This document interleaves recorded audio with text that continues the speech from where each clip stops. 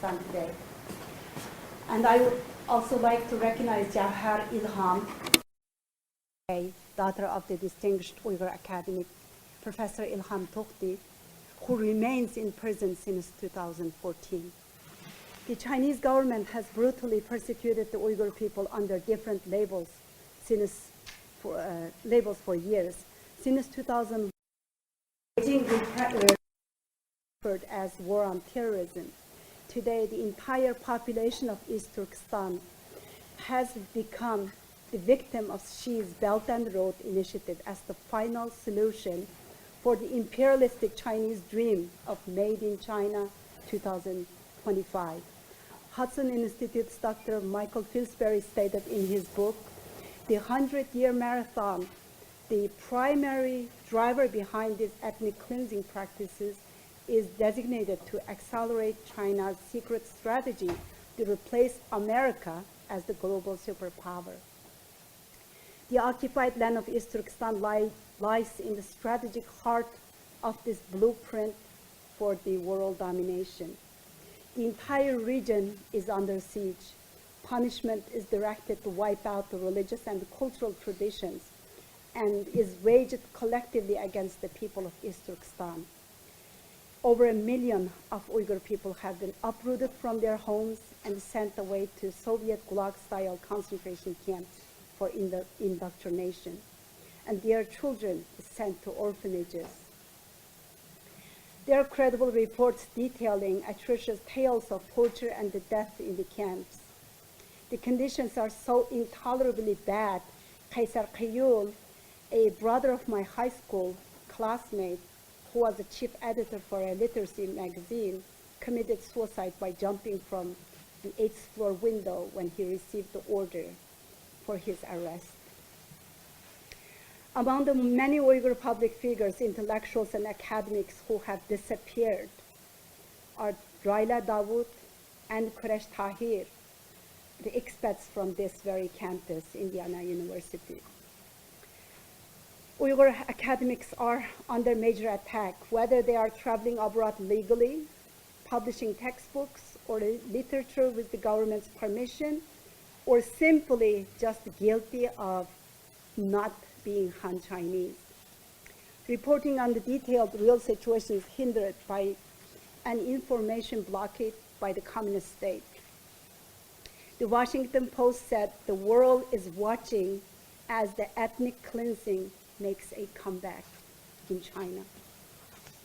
Beijing's human rights abuses do not stop in East Turkestan, and they are influencing entire Uyghur diaspora directly in many different ways. Over the course of past 18 months, Uyghurs living abroad are experiencing worry and despair. They cannot communicate with their families. They cannot get any information on their missing relatives are located or if they are alive or dead. The current harsh situation of East Turkestan is affecting their work, schooling, daily activities, emotional state and health. Helplessness, obscurity, pessimism, and the depressions are growing. And they are suffering from intense chronic fear and anxiety. The frustration of not knowing has disturbed people's personal relationships, affected mothers' emotions, their love and care for their children at home. This frustration has been diverting their attention away from the important things in their lives. Many young students abroad no longer receive the funds sent by their parents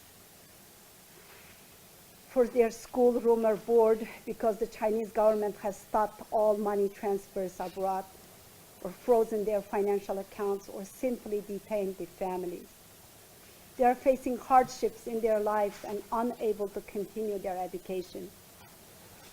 Uyghur Dr. Mehmet Imin from New York conducted a survey in April 2018 with 817 Uyghur participants from 4 continents, and 90% expressed some extent of mental and emotional symptoms, including agitation, depression, inability to concentrate, hopelessness, and the loss of confidence. 46% of participants have some extent of depression. 18% have suicidal thoughts. That's over 150 of number 871. And 14% of them never shared their grief and sadness with anyone. One of my friends in Virginia articulated her current mood as homeless person. Despite having 3 healthy children and a loving husband and a very nice home, she described her feeling of being unable to maintain a regular, safe, and secure family life due to constant worry for her parents back home. Others also feel there is no meaning to life and have lost the warmth of the family. The feeling of helplessness is driving them to despair. I saw another friend of mine last Sunday. Her eyes were swollen red from crying nonstop from Friday evening for more than 2 days because of worrying for her aged mother at home. Seeing others with their worry and their aged and ailing parents back home and listening to their apprehension and dread, I am relieved to know that my parents are not alive anymore. I never could have imagined in someday in a situation where I would be thankful for not having my dearly beloved parents alive. Uyghurs in diaspora are not only facing extreme emotional distress, but also facing false indictments by some other members of the community. Some small numbers of the overseas Uyghurs abroad are attacking, harassing, and falsely accusing Uyghur organizations, Uyghur intellectuals, and the political activists with groundless slander.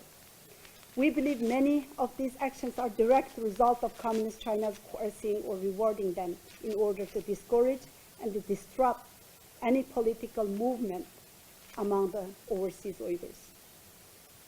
Chinese state media reported Shuhrat Zakir, chairman of XUAR, made the pledge that current target is the Uyghur separatists and the organizations abroad.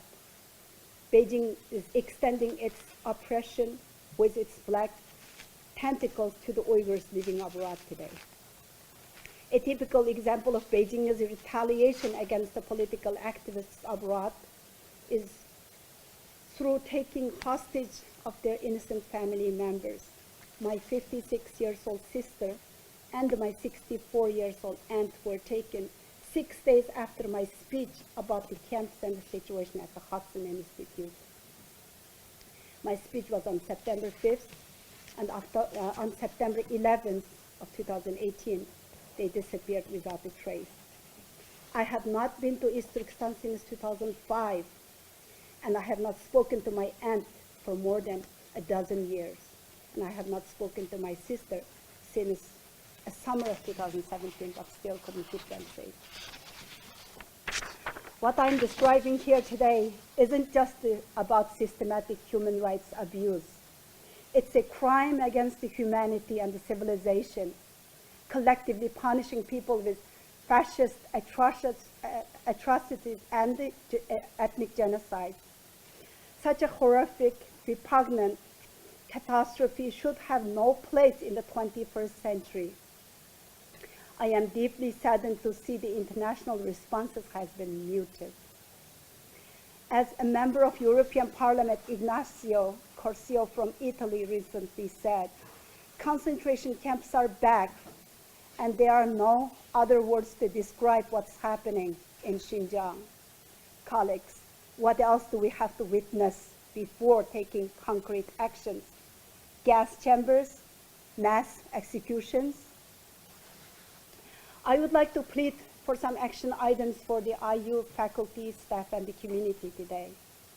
Please send letters to your representatives and request immediate release of all innocent people in those concentration camps. Please send letters to your representatives and ask them to act strongly on the sanctions on the Chinese officials who are responsible for those severe human rights violations under the provisions of the Global Magnitsky Act. Ask your representatives to request United States Homeland Security to accelerate the review of the Uyghur asylum cases recently being held in the United States immigration offices. Ask your representatives to request United States Education Department and the universities to waive tuition requirements for the Uyghur students in the United States. Those parents have been sentenced to prison in China or placed in concentration camps. And also please ask Indiana University to admit some of the new Uyghur students with waive of their tuition so they can continue their education in the United States. Gratefully, the world stood up and said never again to ethnic genocide in the history before. Let's stop this cruelty against humanity with the same strength and the conviction before it's too late.